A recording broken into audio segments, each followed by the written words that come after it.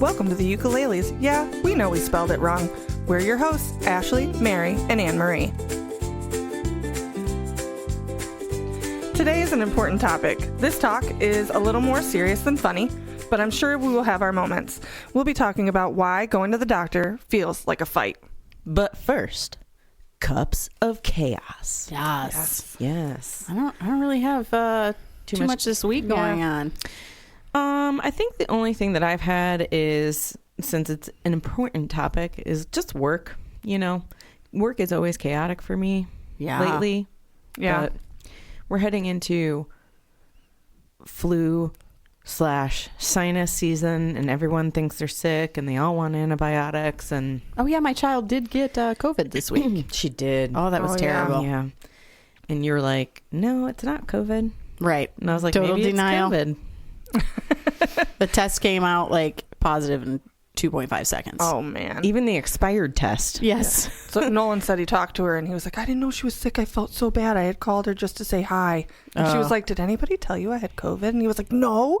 And then he came out and yelled at me for not telling him. And I was like, I didn't know until yesterday. I didn't say anything to anybody. We just were like we locked her down so quick because, you know, Greg or I, neither one of us want to get sick. I'm sorry, you're grounded to your room. I said, oh, okay, I'll let you hang up so you can rest. And she was like, no one's talked to me all day. You can talk to me for a little while. Poor Abby. Just to make things clear, I did talk to her from the doorway. She just said that she'd been secluded for, the day. Because this was on Saturday when I think she was at her worst. Yes, you know, and she's very, like... She likes to socialize. Social. Yeah. Yeah, that's got to be hard for someone that likes to be social and whatnot. Yeah. This week I am just preparing for the first football game. Because anxiety does not. Is it running rampant? It's not terrible because he's going to be the one tackling people, not getting tackled. Not that he's not going to get hit. I was going to say, but you hope. But he's never played football before, so I have my anxieties about it. Sure. And yeah, I don't definitely. like not knowing like what's going on. So like, how are we getting to the football field? Like things that we haven't talked about yet. Sure. Right. I'm sure we're going to get the information.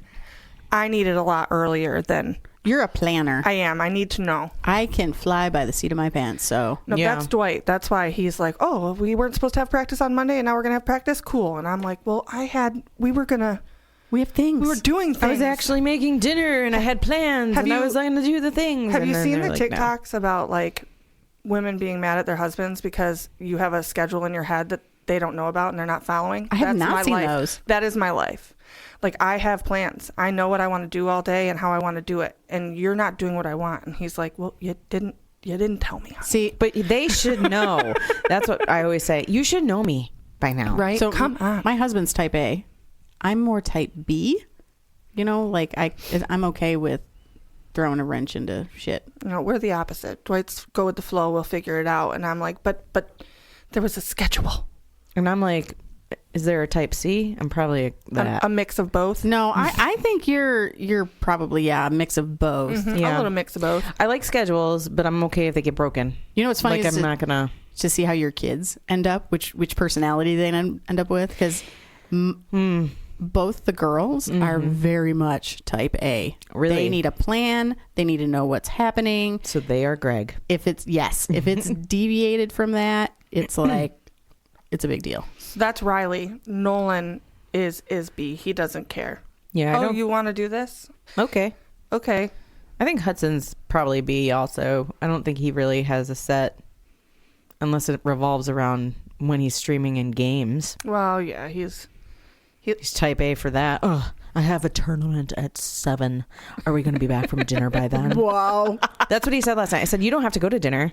Yeah, stay home and play in your tournament, bro. Go ahead and play in your tournament. But I'm going to have delicious food, and you're going to sit here and have to make your own dinner. I said, your dad and I can go out and have a good time by ourselves. That is absolutely fine. Don't you love that they're also, at that age? Yeah, and I go, and also I'm not bringing you home any food. Right. Oh, okay. Oh, you're Greg. Yeah. Why would I pay for you to not come spend time with me? Well, I'm always like, we need to bring Abby something, and Greg's like, just no. So I feel like, in my opinion, if like I have left Nolan home to watch Riley, and so that we can have like an adult day, yeah, I will bring them food home. Yeah. if you are choosing to stay home instead of go to breakfast or dinner with us, then fend for yourself. Yeah, that's for sure different. Yeah. You know? If you're choosing a tournament over your family, then go ahead and eat that tournament and see how well that you get. How does that work? Nom, nom, nom. Don't ask me to make you a sandwich. Don't ask me to cook you pasta. Don't ask me to make you any of the microwavable rice because I'm going to make you do it yourself because you chose gaming over me. You're also 13, 14. You can manage the microwave. Yes. Well, unless it's popcorn, y'all. Unless it's popcorn. Yeah. His streak with microwaves. Oh, not great. Not flawless. No. Nolan once tried to start a fire with garlic bread. In the microwave? In the microwave. He put it in there for like 5 minutes, and then everything just smelled like fire. Oh my God. I mean, you know, like for Hudson, he was like, I read the back and it says 3 to 5 minutes, so I put it on for 5. And I was like, there is a popcorn button. 5 minutes is so long to pop popcorn. And I will tell you that the popcorn buttons nowadays, they used to tell you not to use the popcorn button, but nowadays the popcorn buttons are fantastic. They're pretty spot on. I always watch. I was taught when I make popcorn, and I don't know why, but I always do. I don't use the popcorn button. I put 2 minutes on the timer, and I wait until there's 2 seconds in between pops, and that's when the popcorn is So that's done. the literal instructions on the bag. Is it? Is to watch until the popping has like a certain amount of time in between each pop. Well, I need to read the directions on the back of the bag. Man, I haven't read directions like that in a while. I thought that was just something old-fashioned my father taught me. No, it's. I think it's on the bags, and I only know that because right now Riley is obsessed with popcorn. We have to eat popcorn like 2 times a day. I just like that you can get AMC popcorn at Walmart now. So we buy the mini bags so that he's not having like 2 giant bags of popcorn in a day because he will eat it after breakfast. I feel like it's okay to let the kid eat it. He loves the popcorn. But he's a good eiter for you for the most part. He's good, and he's not as picky as his brother, so he eats more things. When my son was a teenager, he cooked ramen noodles in the microwave, no water, in a bowl. Yeah, Hudson has one of those. Cracked and burned the bowl. Oh God! Not once, twice. Oh, he didn't learn the first time. No, Hudson has the actual ramen, like a microwavable one. I bought that off a TikTok shop. Yeah, I don't know where he got it from. Carson bought it for him for Christmas one year because he was like on a ramen kick. Yeah, I didn't know that was a thing. And you don't really want him using the stove. Like he loves the Momofuku Ramu. What? Annmarie just over here making up words, making up her own products. Momofuku ramen. There we go. I don't know what that is. Fuku should have changed her name. Is that more expensive than regular ramen? So it was originally airing on TikTok, and that's how Carson found it, and he bought it off a TikTok shop. But I think you can actually get it in Target too, and it's supposed to be like a healthier brand of ramen, not so much fake crap. And noodles are better. Problem is, can't use the noodle ramen cooker thing. You can't put it in the microwave. It has to be like the noodles have to be boiled. Oh, okay. So it does make sense that it's a little bit healthier. It's like 3 minutes on the stove or something to cook ramen noodles. You boil the water and it's 3 minutes. But listen, I also call it ramen. But ramen. It's ramen. Yeah. But who's Raymond? I don't know. If you cook He's that noodle guy. If you cook it on the stove, you have to dirty two things. If you cook it in the microwave, you can just eat it in the bowl that you cooked it in. So you guys, I just realized what Cups of Chaos is for us. Yeah. It's to get out our ADHD. Facts. Prior to us talking. It helps. It does. Keeps us on track. It does. So that concludes Cups of Chaos. Let's move on to our topic. Let's do it. All right. So does anybody have any stories about recent doctor visits? Oh my gosh, I do. Okay, go ahead. So I have had an issue with arthritis in some of my joints.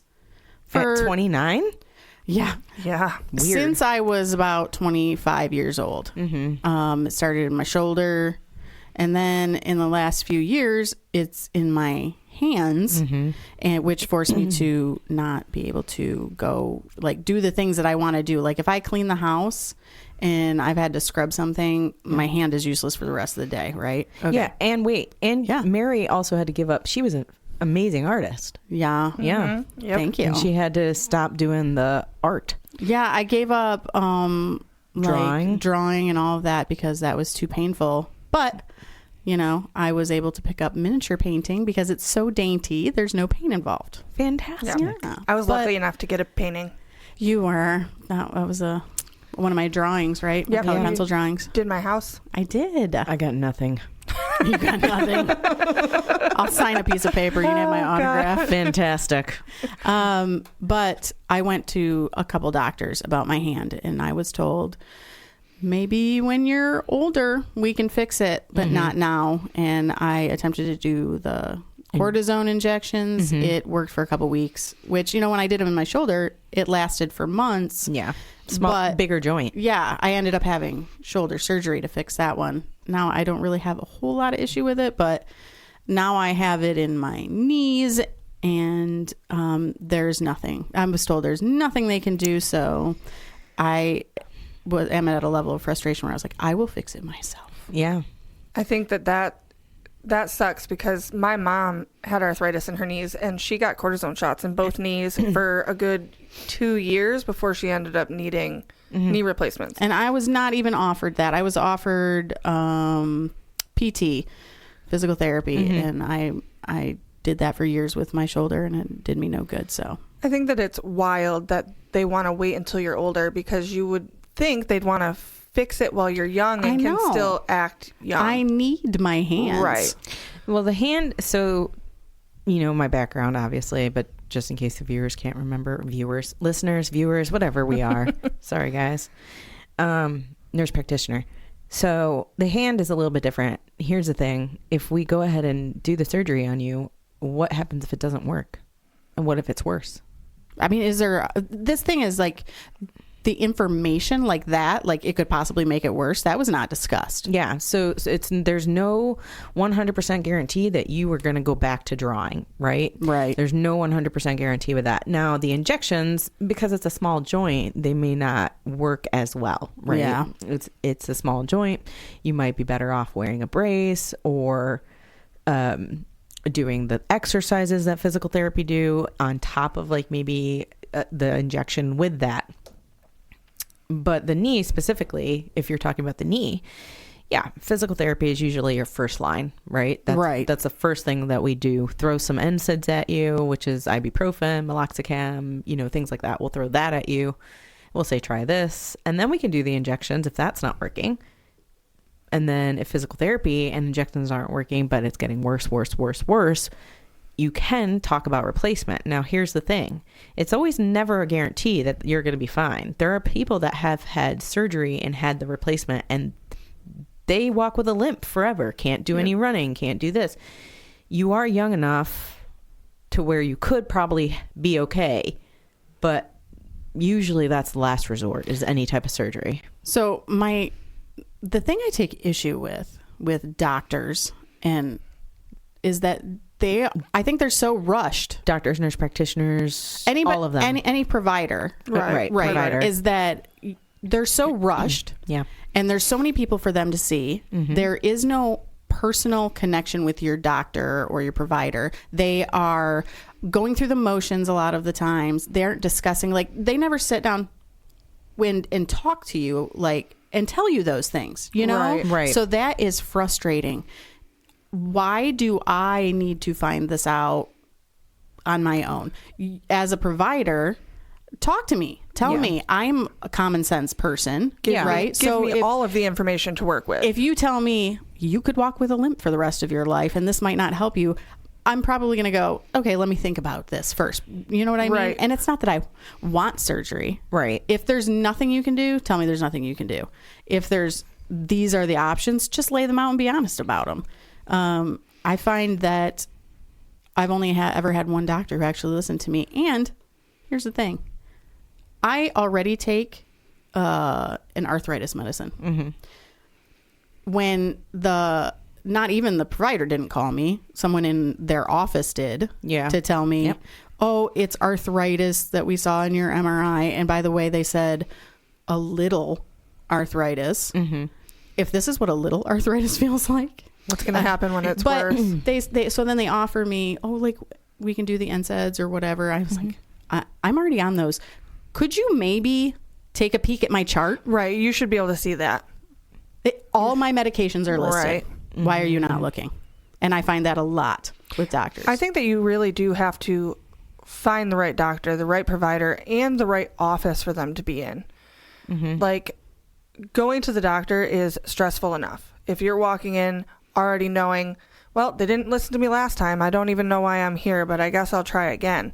You know, it takes a lot of time to find the right provider for you, the right provider for your children. Like, it's hard. Right. But I think that if you are unhappy with things that you were told, or just the way that you feel like the doctor treated you, whether it was being rushed or whatever, that you need to take it upon yourself to try again. So I wanted to switch providers last year, and I was told by, I don't know what you would call, because there's 2 different companies that run the medical in this area. Right. And that company said, you can only switch one time. And I was like, so that is more geared toward your insurance. I was going to say per your insurance, or per I don't know. It's insurance. It's insurance. It's insurance. I think that's crazy, because why can't I look for a doctor that I like? You can actually, I've never heard that you can only switch one time, but insurance does guide a lot of what we can and cannot do. And honestly, I don't think people realize that. So when we are offering you, I'm going to say we, but I'm going to talk about myself. When I'm offering you something, so say I said, hey, I see you're on an NSAID already. Let's go ahead and try physical therapy. We can try water aerobics. I'll throw a couple of things at you. I'm not going to throw everything at you, because that's overwhelming. For sure. Number one. I give you options. I give you a couple of options. What do you want to try? You're already on NSAIDs. Do you want to try physical therapy? Do you want to try water aerobics? Do you want to try maybe one other option? Wearing a brace, something like that. And I'm using you because we're talking about your knee. And we all know I did not wear that brace. And how's that brace going, Mary? But the biggest thing is, we'll give you those options, and it's not necessarily us that makes the rules, right? Sure. We have, would I immediately love to jump to go see ortho? Go see this, go see that. Absolutely. Right. But there are steps that we have to take. And a lot of those actually come from insurance companies. Yeah. They regulate everything. Right. Which is awesome, because I'm curious where they got their degrees from. Right. They try to determine if it's medically necessary or not. How the heck do you know if it's medical? If the doctor says it is, then I guess it is. I mean, I think we all know that insurance is a scam. Oh. It's a scam. Yeah. It just bleeds people. That's all it does. Yeah, and sometimes it's better not to have it, which, you know, I've been in both situations for myself. Specifically, you know, I've had insurance, and then I've not had any insurance. And when I had no insurance, one time I lost hearing in my left or right ear. I can't remember when it was, but it was randomly. I could not hear out of it after a series of infections. That's the word. Ear infections. Couldn't hear out of it, and I had to go do a ENT and audiology, and I actually went to like an hour away from the home just because that's where they sent me. But I ended up having conductive hearing loss, minor, which is like bone. I want to say bone. I can't remember. Is that permanent? No, it went away. I can hear fine. Oh. Nope. It went away. I don't know if there was something irritating. I think it was part of the ear infection. Right. And it was just so severe because I had no symptoms really. So by the time we caught it, it was really far severe. gone. Yeah. Hudson gets ear infections like that all the time. Like they're usually in both ears by that time because he has no symptoms whatsoever and nothing. But I think it cost me like out of pocket $500 for an auditory examination with ENT and the hearing test. Yeah, self-pay is generally cheaper. I will say that you usually get a discount if you're self-pay, because we've been in both situations. It was definitely cheaper for me to pay cash when I had Nolan and because we didn't have insurance, but I'd have been paying more for the insurance than I was paying at the doctor's office. Yeah. But now I will say our insurance through Dwight's work is fantastic. They cover a lot, literally everything. So that's amazing. It's such a good feeling when you have good insurance. Yeah. But then here's my thing. Like when you have a question about your insurance policy and you call, like one time I had a question. So I go online and I open up their quote unquote book where it explains the benefits. And I'm looking at the section and I call and I ask the question, and this fucking person on the phone just starts reading that same thing back to me. And I was like, could you put this in layman's terms for me? Because, like, pretend I don't know anything. Could you elaborate, Could please? you pretend that I'm a 4-year-old, please? They could not explain it to me any other way than what was in that book. And that's when I, like, knew, Because they're robots. you're not insurance experts. No. You're just somebody they hired to answer the phone 100%. and read this booklet to people who call with questions. Yeah. And it's sad. It is sad because you also wonder too, like, I've never had experience outside of the US, right? Right. But I hear insurance is totally different out there. I don't even know that they have insurance in, like, Italy or... Yeah, I have no idea. I think that there are places that... Canada has good health care. That's what I hear too. I've heard Some that. people move to Canada just because of that. Universal health care. Yeah, they're Universal. fully covered for everything, right? I think so. I think that's what I'm assuming the universal leads up to. I mean, everyone's had their, share of healthcare issues as far as, like, insurance goes, right? There's certain medications that will be approved by insurance. There's certain ones that won't. Then we have to go to a different one. Right. And then same with testing. There's certain tests that will be approved and then there won't. And you can either choose to do the test and pay whatever, they'll pay a portion of it, maybe not the full thing. This says... most European nations offer some form of universal health care, including countries like France, Germany, Spain, Sweden, the UK, and Nordic countries such as Norway and Finland. I feel like we're moving, guys. Let's move. It's not an idea that I haven't thought of. Yeah, because here, there's a simpler way of saying that. I have thought of that before. There you go. Wow. Good. Use your words. Use my words. So I've also had providers fight my insurance. Like, they call me and say, well, your insurance is trying to say that this isn't medically necessary, but they're wrong, so we're going to appeal it. And in my case, I got lucky enough that they accepted, or we won the appeal, and it ended up getting covered. You can. Yeah, if you can show why it's medically necessary, most of the time you can get it appealed. The problem is who does the appealing. Sometimes it's the providers that have to do those appeals, and then sometimes that takes a little longer because you have set schedules as a provider. Right. Yeah. So I have experience with having to fight with doctors, but it was for my son. So Riley... Which son? The older? The younger. Riley he came into this world in a little bit of chaos, and... It's a nice word for it. She said little bit. It wasn't so traumatic. Listen, we spent 13 days in the NICU. I didn't get to hold him for the first 10 of those. I didn't even get to really touch him because they had to put him into hypothermia so that his brain could heal because he'd been... Without oxygen for an extended period of time. They airlifted him from one hospital to a children's hospital.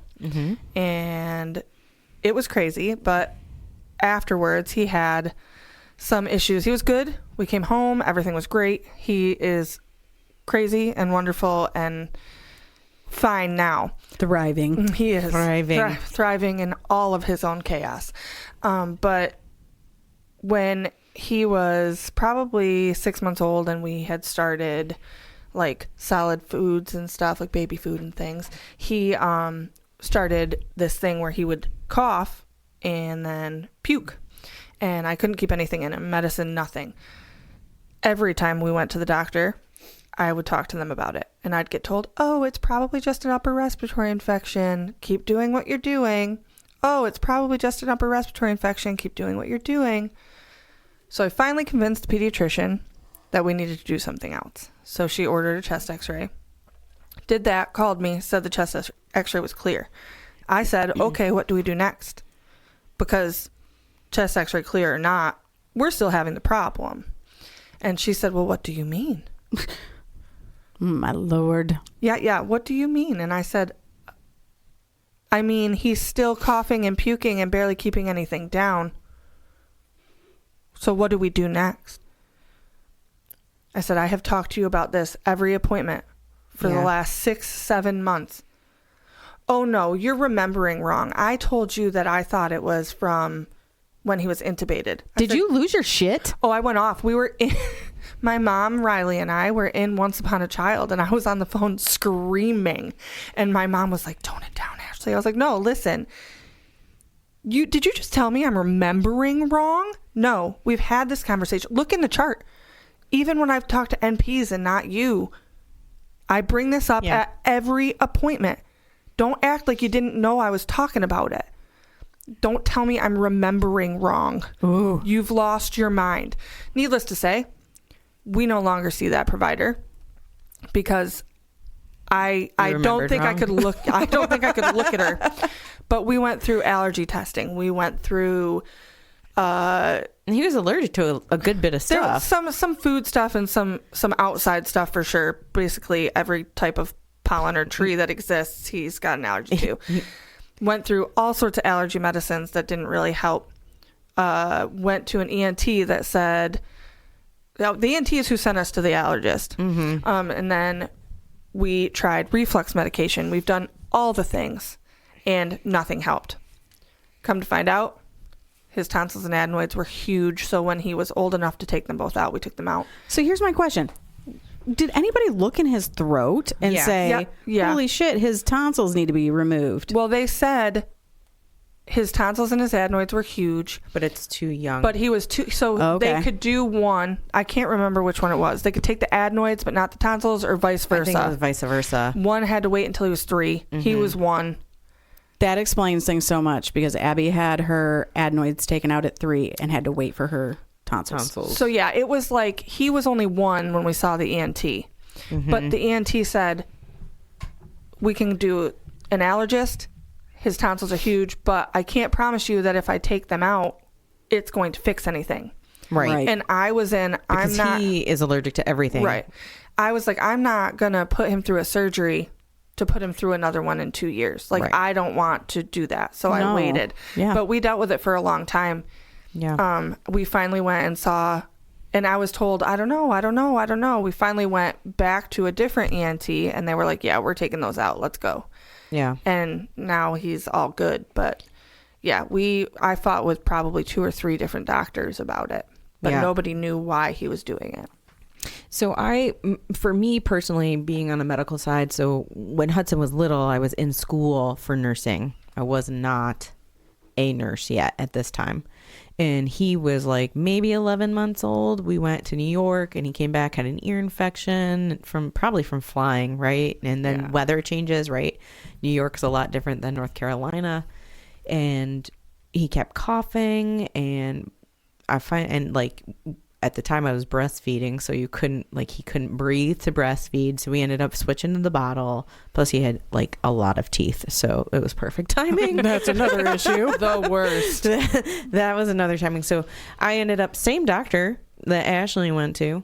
And this was before Riley though. Right. But the thing goes to, I kept going in. They gave me antibiotic for the ears, but then he was still sick and he was coughing and coughing and coughing and his little cheeks were always so very rosy. Aww. And I was like, he doesn't look right. He doesn't sound right. He's not running a fever. This is, and then one time he did actually run fevers and started being up to 102. And like, I was on a peds unit or something like that in the time learning all this stuff. And I was like, oh my God, we're getting so close to like febrile stage. Not close. 104 is febrile. Or over. Well, that Seizures. Depends though, right? I mean, some it can kids depend. Get it at lower. It depends on, if there's any abnormalities going on with the child or anything like that. But for him, 102, he had never run 102 and he was not even 1 yet. Or no, he had just turned 1. And as a first time mom, you're like, oh my God. Yeah, and I absolutely knew too much for my own good at that time being in nursing school. Right. So I was like, he's got everything. And I was going to the doctor and they're like, no. And then one time we were in this unit of respiratory and they were talking about something called bronchiolitis. And I was like, So, we were at the doctor every week at this point. That's so miserable when you have to do that with your kids. Every week. And finally I was actually with an NP and I was like, she's like, he sounds like crap. She gave him a nebulizer treatment in the office, which opened his airway up. She sent me for a urgent x-ray, ultrasound, I was going to say, urgent x-ray, and he ended up having bronchiolitis, which, because it was so long without any type of treatment, which nowadays we don't really do a lot of treatment until later. If it's continual, we won't do like nebulizer treatments. It's like supportive care. But if a kid is struggling, obviously you're going to do, the guidelines are there for you to follow. Absolutely. They're going to follow the guidelines. But if you are looking at the kid and they do not look good, I'm going to give the kid something. Yeah. But bronchiolitis is viral, so you cannot do any antibiotics because that's not going to help. So you could go ahead and do the nebulizer treatments or inhalers with a spacer or something like that. For him, because he was too young, we couldn't do a spacer. We did the nebulizer treatments, and like a world of difference. But for the first, I would say up until he was 4, every weather change season, increased pollen, anything like that, he was so sick. And we would have to do those breathing treatments. That's how Riley is. But I got that because I advocated for myself. Right. And that is the biggest thing. And that's what we're going to talk about right now. It's hard to advocate because you feel like they should know. And you feel like they should be listening to you. So having to advocate for yourself seems crazy. Well, I think that's why our as women, we put everybody else first, right? So obviously we're going to advocate for our kids, right? Yeah. Like walk through fire. Yeah. When it comes to ourselves, it's like whatever. I'll wait. Yeah. Maybe I'm wrong. So. Yeah, that's the hard one. I think advocating is very important for everyone. Yes, I was actually looking up some stuff. Okay. I was curious, is this like a... That was me. Sorry, guys. She's being noisy. Is it like all women, do we all feel this way? Or have we all felt this way at some certain point in time? And I found a survey that they gave women who dealt with chronic pain. Okay. Which is something that I have family members who deal with. Okay. And also feel like is starting to happen to me. Yeah. Right. And it said 65% of women felt their pain was not taken seriously because they were female. Now, which sometimes I feel like we have more of a pain tolerance given childbirth and all. Right. Nearly 50% of the women surveyed were told that their pain was psychological. Wild. And pain is pain, whether it's psych or not. It doesn't matter. If it's psychological, right? Find a way to address it. Yeah. Then I think providers, it is their responsibility to carefully approach that. But approach it. Right. Yeah. So I definitely think, there are, for pain specifically, if we're talking about just pain specifically, there's a lot of ways that you can approach, and unfortunately nowadays it is scary for providers because we have the opioid epidemic, right? So that's a huge factor, and you're afraid to prescribe stuff like that, right? You don't want anyone to have an addiction. You don't want anyone to become addicted. You don't want anyone, to deal with anything like that, because that's a whole nother world of issues. Right. But that's why we always go with, here's this, try it. Here's this, try it. Here's this, try it. Here's this. Here's the thing.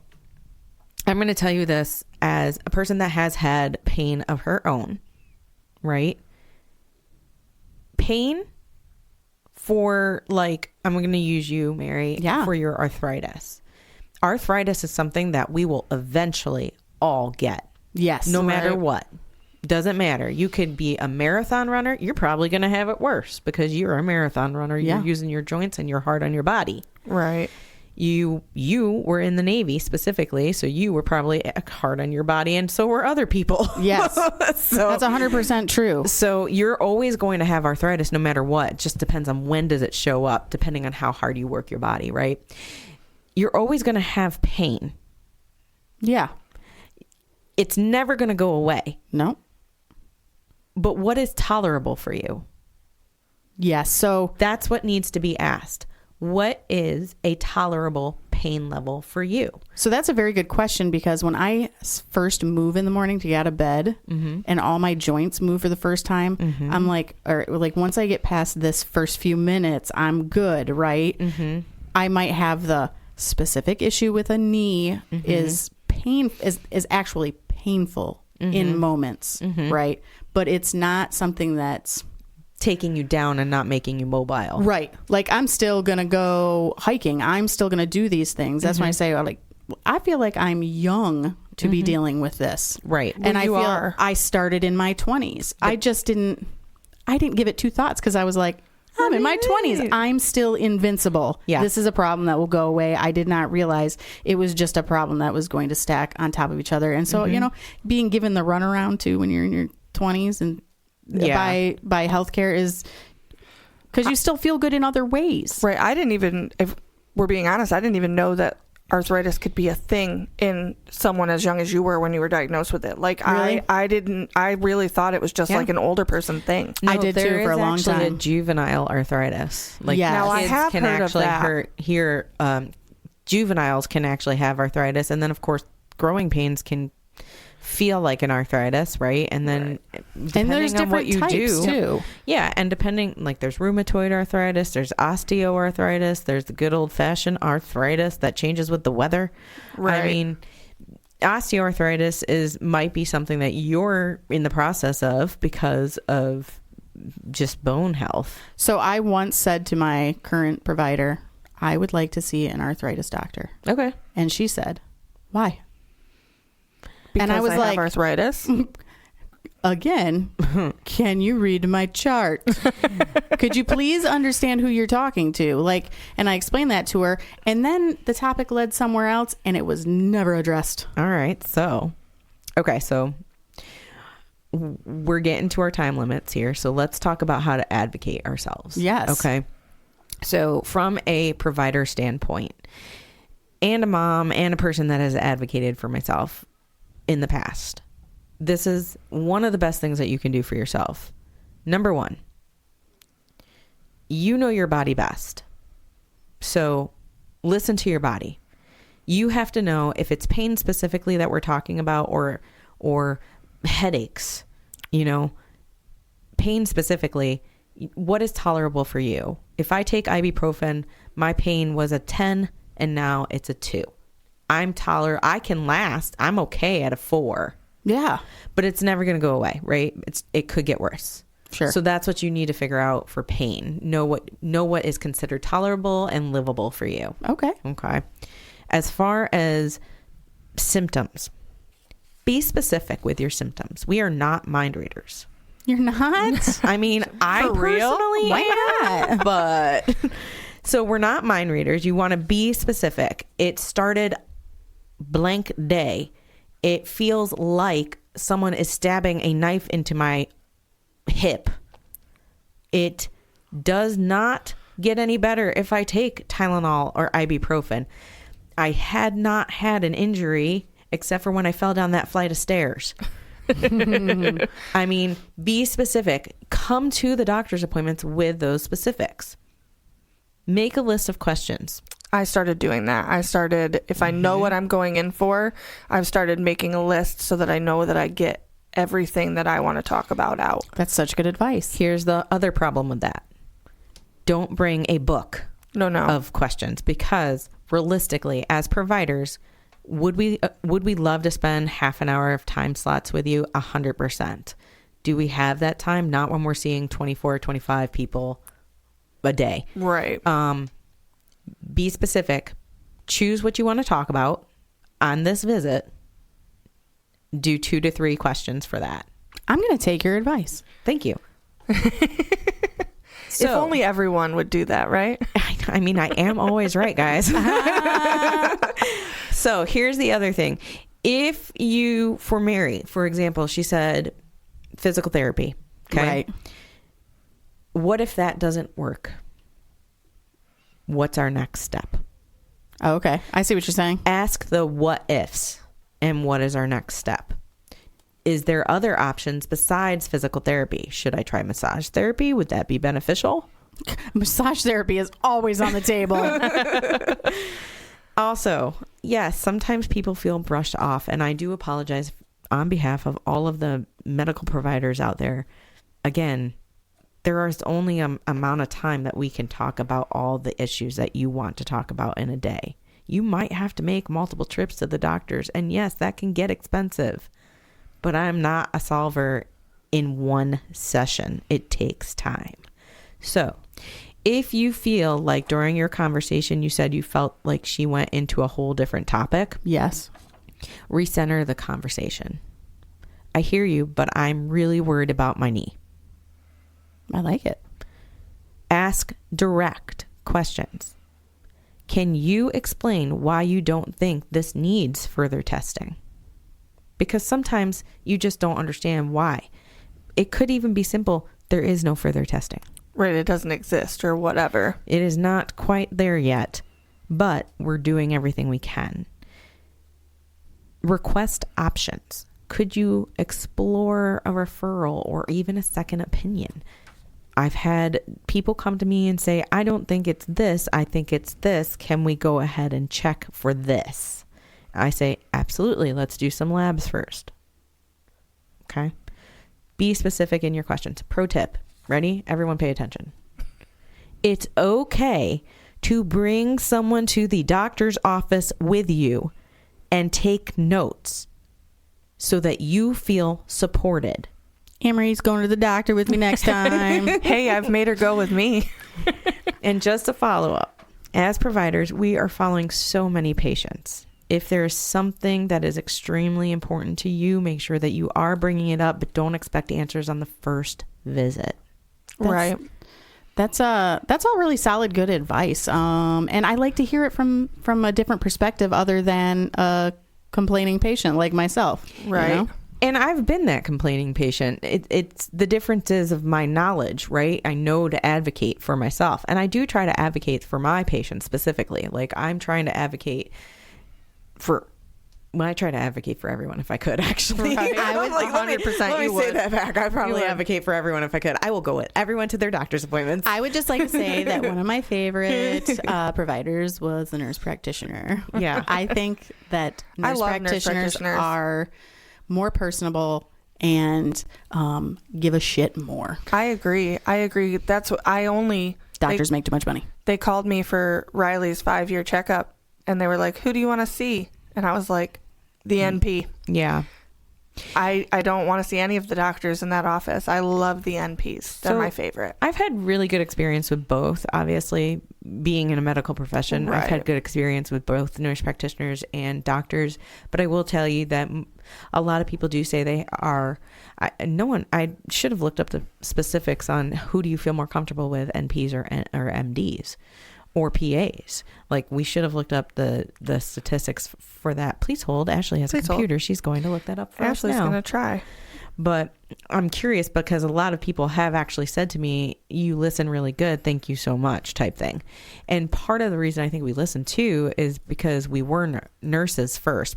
Like me specifically as a nurse practitioner, I have to be a nurse first. Yeah. Yeah. So as a nurse, we are taught so many different models and empathy and how to ethically handle things. And doctors are taught that too, but I feel like nurses are taught a little bit different in the more holistic portion to look at it from a whole body form. I love that perspective. So I found a thing on Google that says that many prefer a doctor for more complex and chronic conditions due to their extensive training, while others prefer nurse practitioners for more routine care. Extensive training. Because there's shorter wait times and more personalized attention. Yeah. Which I would agree with that part. The shorter wait time thing? Yeah. For sure. For sure. Yeah, for sure. The doctors are always booked out like way out in advance. Yeah, like you can make a specialist appointment, but it won't be for 6 months. Yeah. I had to get right in with now everyone's busy. Yep. So. I had to get in with an NP at the gynecologist before I could see the doctor. I had to see the NP first so that they would push me through to a doctor. Yeah. Just because everybody's so busy right now. Yeah. Wow. I mean, medical profession is always going to be busy. You're never going to get out of that. And there are always going to be some wait time, specifically, especially if you get to someone that's a really good person, you're going to end up having more wait time. My favorite doctor in the world retired, and I don't think I'll ever get over it. Aww. It is. Sorry, choking on my spit No over choking. here. Sorry. We need a doctor over here. Heimlich myself. I know how to do that, actually. But it does get hard. I mean, I understand, but the trick is that I'm hoping that everyone will take away from what we just talked about. You have to advocate for yourself. It's okay to ask questions. It is 100% okay to ask questions. And it's 100% very important to always have people with you, because especially if it's something important. And I'll be an example for that, because I had to have a total hysterectomy. I had one surgery, wasn't 100% there because I was out of it from the anesthesia, and they had to tell Carson that I needed another surgery because of endometriosis and how it was taking over my body. So I was not awake or alert for anything that they told me. I was busy fighting with my oxygen. So you need people there, even if you're not. Even if, you know, like someone was recently diagnosed with cancer, you should have someone else there. Sometimes two people, because if it's a husband and a wife couple, right, they're overwhelmed. You don't hear everything that the doctor's saying. Everything. Right. And then if it's, you know, you have a friend or someone that can go with you to that doctor's appointment, or a daughter-in-law or someone that can go with you to that doctor's appointment, so that you have more than one person hearing. Because I'm going to tell you, as a patient, if you were to say, hey, you have cancer, patient's not hearing anything except I have cancer. Yeah, they don't hear anything after that. I know my husband would ride into battle for me, but he's also analytical, so he could receive the information and make common sense out of it. He'd be a good person for me to take to. Yeah. Oh, yeah. Yeah, definitely. Take people who you know can ask those questions if you can't. And people who can stay calm when you're starting to rage because you don't like what they're saying to you. Yeah. How did you know?